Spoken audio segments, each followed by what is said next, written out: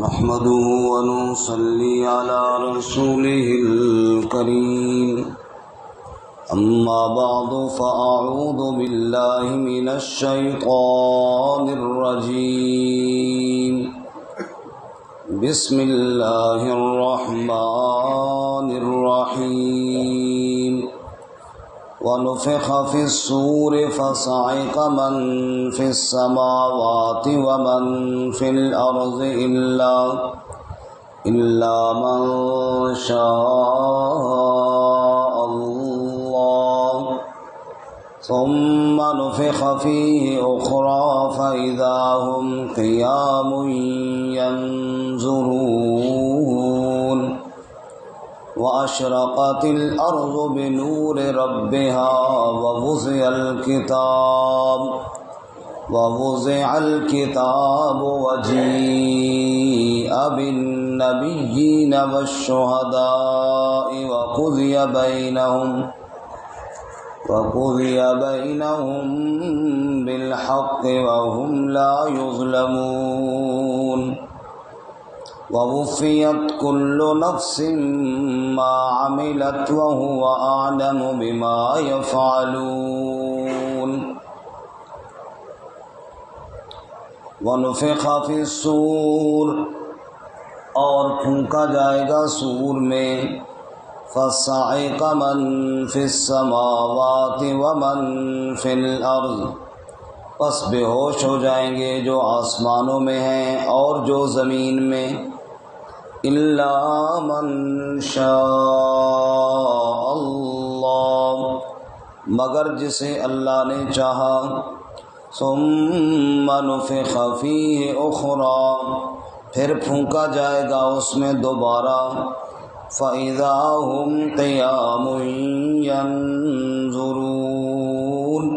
پس اچانک وہ اٹھ کھڑے ہوں گے دیکھتے ہوں گے وَأَشْرَقَتِ الْأَرْضُ بِنُورِ رَبِّهَا اور چمک اٹھی زمین تیرے رب کے نور سے اپنے رب کے نور سے وَوُضِعَ الْكِتَابُ اور رکھ دی گئی کتاب وَجِيءَ بِالنَّبِيِّينَ اور لائے گئے انبیاء والشہداء اور گواہی دینے والے وَقُضِيَ بَيْنَهُمْ بِالْحَقِّ اور فیصلہ کر دیا جائے گا ان کے درمیان حق کے ساتھ وَهُمْ لَا يُظْلَمُونَ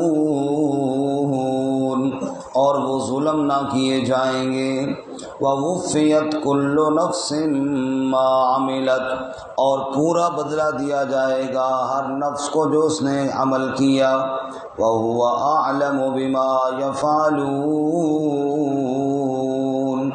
اور وہ خوب جانتا ہے اس کو جو وہ کرتے ہیں سبحان ربک رب العزت عما یصفون وسلام علی المرسلین والحمد للہ رب العالمین اللہم صل علی محمد وعلی آل محمد كما صليت على إبراهيم وعلى آل إبراهيم إنك حميد مجيد اللهم بارك على محمد وعلى آل محمد كما باركت على إبراهيم وعلى آل إبراهيم إنك حميد مجيد معزز سامعین سورۃ الزمر کا 7واں رکوع آیت نمبر 68 69 اور 70 آپ کے سامنے تلاوت کی ہیں۔ اللہ رب العزت ان کے مطابق صحیح بیان کی توفیق عطا فرمائے اور ہمیں قرآن و سنت پر عمل کرنے کی توفیق عطا فرمائے۔ گزشتہ سبق میں توحید باری تعالی کا بیان تھا اور شرک کی قباحت کو بیان کیا گیا۔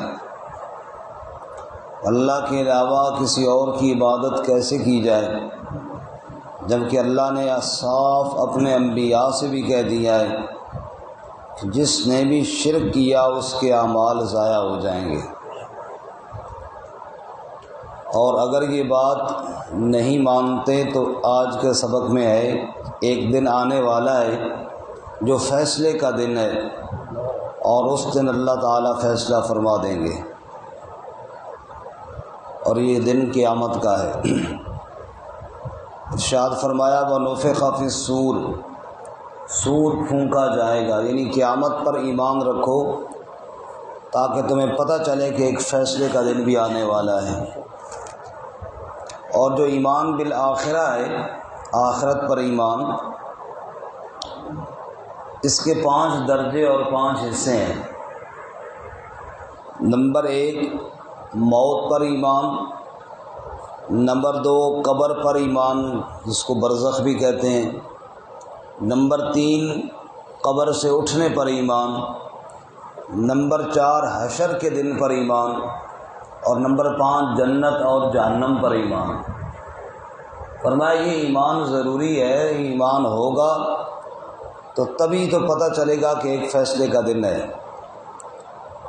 وَنُفِخَ فِي الصُّورِ، سور پھونکا جائے گا، فَصَعِقَ مَن فِي السَّمَاوَاتِ وَمَن فِي الْأَرْضِ، تو بے ہوش ہو جائیں گے جو آسمانوں میں ہیں اور جو زمین میں ہیں، إِلَّا مَن شَاءَ اللَّهُ، مگر جسے اللہ چاہے اور جسے اللہ بچائے۔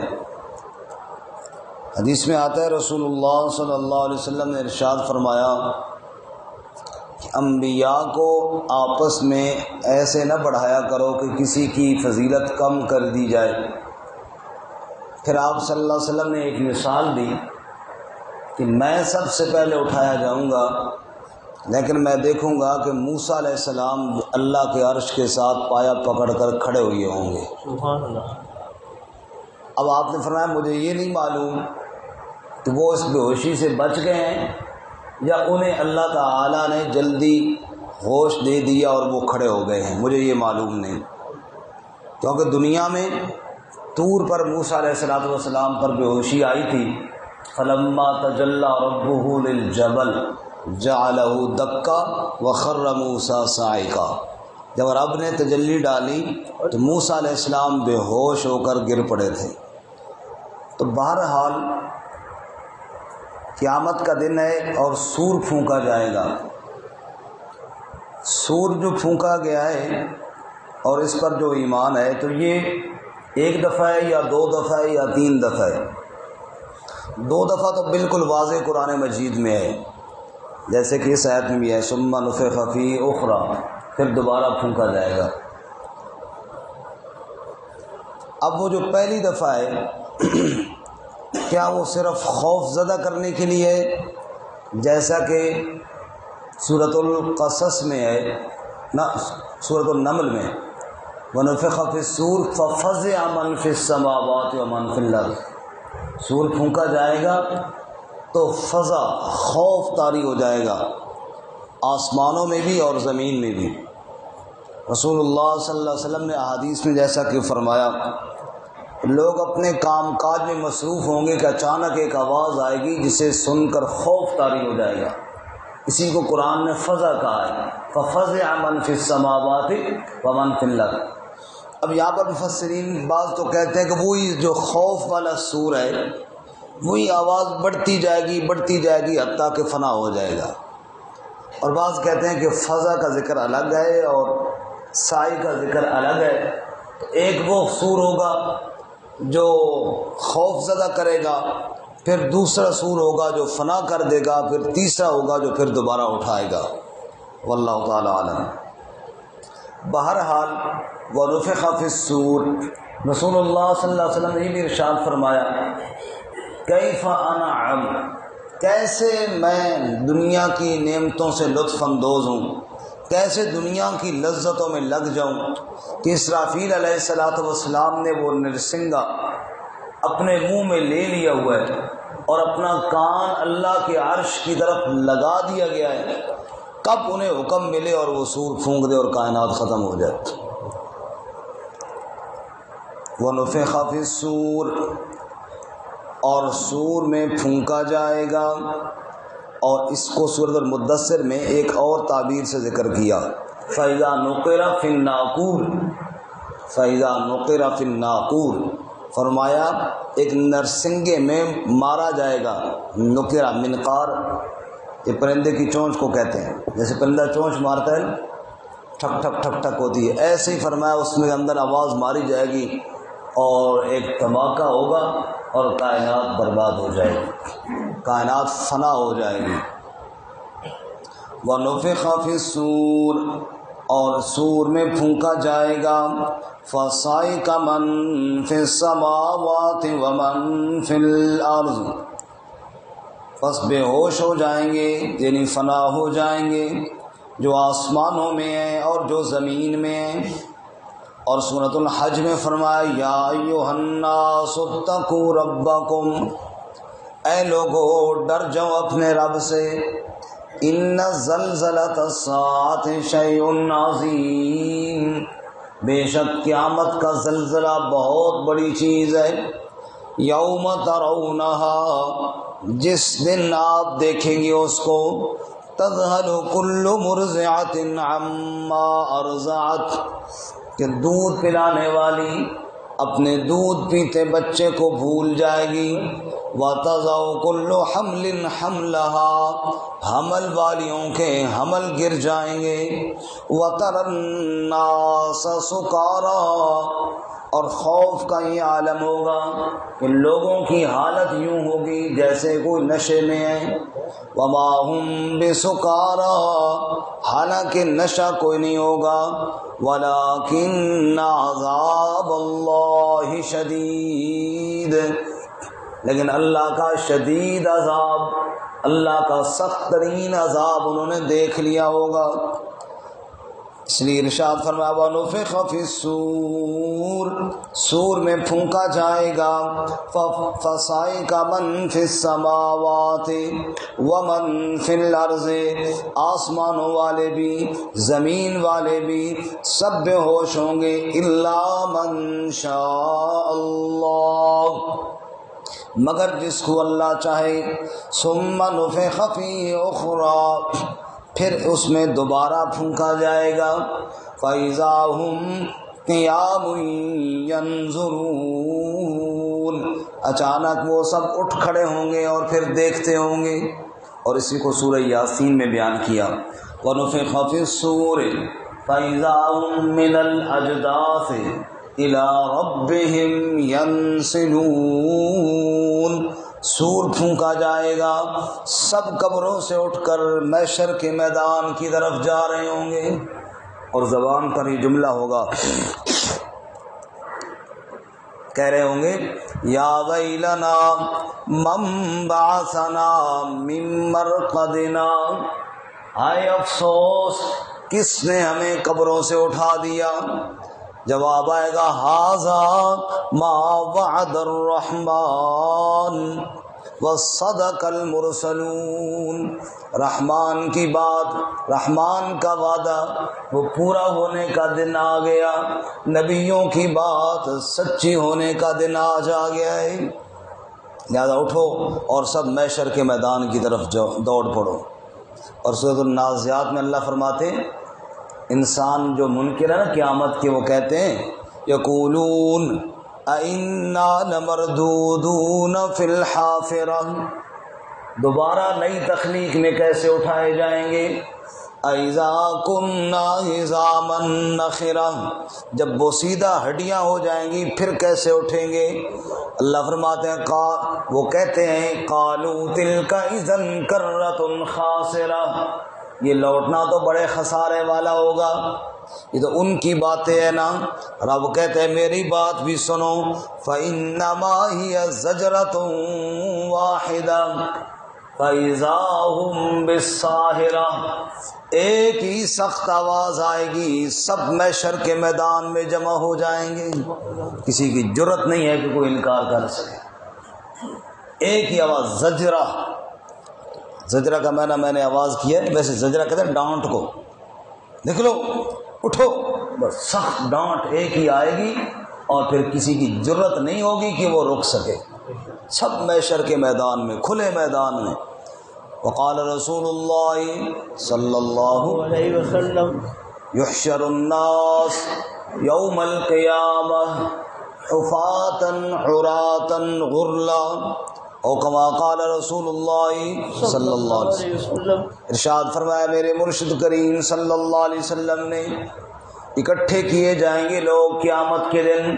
حفاتا عراتا غرلا، کسی کے پاؤں میں جوتی نہیں ہوگی، سر پر پگڑی اور ٹوپی نہیں ہوگی، بدن کے اوپر لباس نہیں ہوگا، بغیر ختنے کے، جیسے ماں کے پیٹ سے باہر آئے تھے اسی حالت میں اٹھائے جائیں گے. سیدہ عائشہ صدیقہ رضی اللہ تعالیٰ عنہا نے سوال کیا، الرجال والنساء جميعا ينظر بعضهم بعضا، یا رسول اللہ مرد اور عورتیں بے لباس ایک دوسرے پر نظر نہیں پڑے گی؟ تو میرے نبی صلی اللہ علیہ وسلم نے فرمایا عائشہ والامر اشد من ان ينظر بعضهم بعضا، وہ دن اتنا شدید ہوگا کسی کو آنکھ اٹھا کر دیکھنے کی ہمت اور جرت نہیں ہوگی. اللہ تعالیٰ اس دن کی ذلت سے محفوظ فرمائے. وَنُفِخَ فِيهِ أُخْرَى فَإِذَا هُمْ قِيَامٌ يَنظُرُونَ. چونکہ اس سے پچھلی آیتوں میں شرک کی تردید تھی. اللہ تعالیٰ کہتے ہیں اوے لوگو، میرے ساتھ شرک کرنے والوں، وہ منظر تو ذرا سامنے رکھو نا. کون اس وقت تمہیں بچائے گا؟ کون اس وقت تمہارے بیڑے پار لگائے گا؟ کون اس وقت تمہیں مشکلوں سے چھڑائے گا؟ جب رب کی بادشاہت ہوگی، باقی سارے بغیر اذن کے کلام بھی نہ کر پائیں گے. وَأَشْرَقَتِ الْأَرْضُ بِنُورِ رَبِّهَا، چمک اٹھی زمین تیرے رب کے نور سے.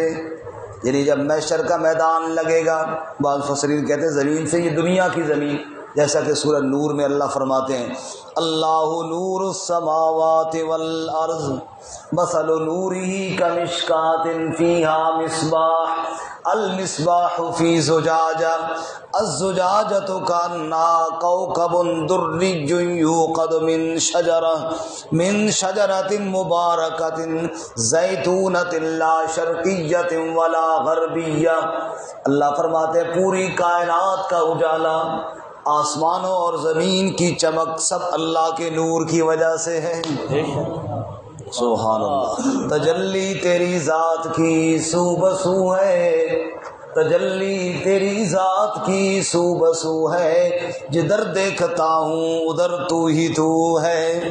اللہ نور السماوات والارض، آسمانوں کا نور، زمین کی چمک سب میرے رب کے نور کی وجہ سے ہے. اس کے نور کی مثال ایسے ہے جیسے ایک تاقچہ ہو، اس کے اندر شیشہ ہو، شیشے کے اندر چراغ ہو، چراغ کے اندر زیتون کا تیل ڈال دیا جائے اور پھر اسے روشن نہ بھی کیا جائے تو چمک ہی چمک ہے.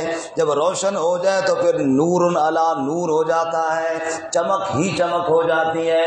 اللہ فرماتے ہیں وَأَشْرَقَتِ الْأَرْضُ بِنُورِ رَبِّهَا، آج محشر کا دن ہے، ساری کائنات جمع ہو چکی ہے، سور پھونک دیا گیا ہے، محشر کا میدان لگا دیا گیا ہے. اب کیا ہونے والا ہے؟ وَأَشْرَقَتِ الْأَرْضُ بِنُورِ رَبِّهَا، زمین چمک اٹھی تیرے رب کے نور کی وجہ سے. دوسری مقام پہ اللہ فرماتے ہیں وَجَاءَ رَبُّكَ وَالْمَلَكُ صَفًّا صَفًّا، آج تیرا رب آ گیا سے مراد تیرا رب کرسی عدالت پر ہے، تیرا رب فیصلہ کرنے والا ہے. وَالْمَلَكُ صَفًّا صَفًّا، سارے فرشتے بھی قطار کے اندر کھڑے ہوئی ہیں، ساری کائنات قطار کے اندر کھڑی ہوئی ہے. لا یتکلمون، کوئی کلام نہیں کر سکتا، کوئی بول نہیں سکتا. الا من اذن له الرحمن، آج وہی بولے گا جس کو رحمان اجازت دے گا. وقال صوابا، اور بات بھی وہی کرے گا جو درست بات ہوگی۔ آج غلط بات کسی کو کرنے کی اجازت نہیں، آج شرک کا جملہ کوئی بول نہیں سکتا، آج رب کی منشا کے خلاف کوئی کلام نہیں کر سکتا۔ وَأَشْرَقَتِ الْأَرْضُ بِنُورِ رَبِّهَا، محشر کی زمین چمک اٹھی تیرے رب کے نور سے۔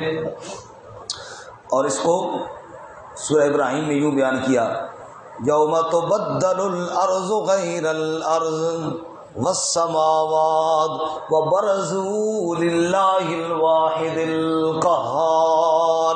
آج زمین بدل دی گئی ہے، آسمان بدل گئے ہیں، سب رب کے روبرو پیش کر دیے گئے ہیں۔ لقد احصاہم وعدہم عدا وکلہم آتیہ یوم القیامت فردا۔ رب نے سب کو گن کر رکھا ہوا ہے، ایک ایک نے آج رب کی عدالت میں پیش ہونا ہے۔ وَأَشْرَقَتِ الْأَرْضُ بِنُورِ رَبِّهَا، زمین چمک اٹھی اپنے رب کے نور سے۔ وَوُضِعَ الْكِتَابُ، کتاب رکھ دی گئی، یعنی اعمال نامے پیش کر دیے گئے۔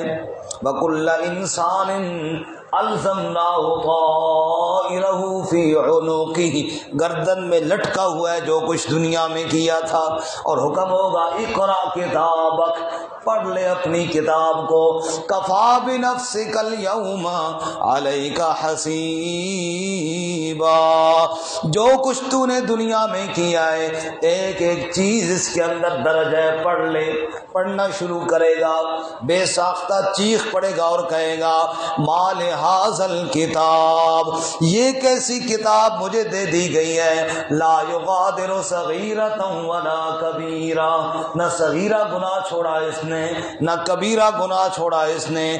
جو جو کام دنیا میں میں نے کیا تھا ایک ایک بات اس کے اندر لکھی ہوئی، چھپ چھپ کر جو کام کیے تھے وہ سارے اس کے اندر درج کی ہوئی ہیں۔ پھر مجرم چیخ کر کہے گا یا لیتنی لم اوت کتابیا، ہائے کاش یہ کتاب مجھے نہ دی جاتی تو اچھا تھا، ولم ادر ما حسابیا، میں حساب نہ دیتا تو بڑا ٹھیک تھا، یا لیتہا کانت القاضیہ، موت آ جاتی میں مر جاتا تو بہت ٹھیک تھا، ما اغنا عنی مالیا، میرا مال بھی میرے کام نہیں ہے، ہلک عنی سلطانیہ، میری سلطنت اور عہدہ بھی مجھ سے چھن گیا۔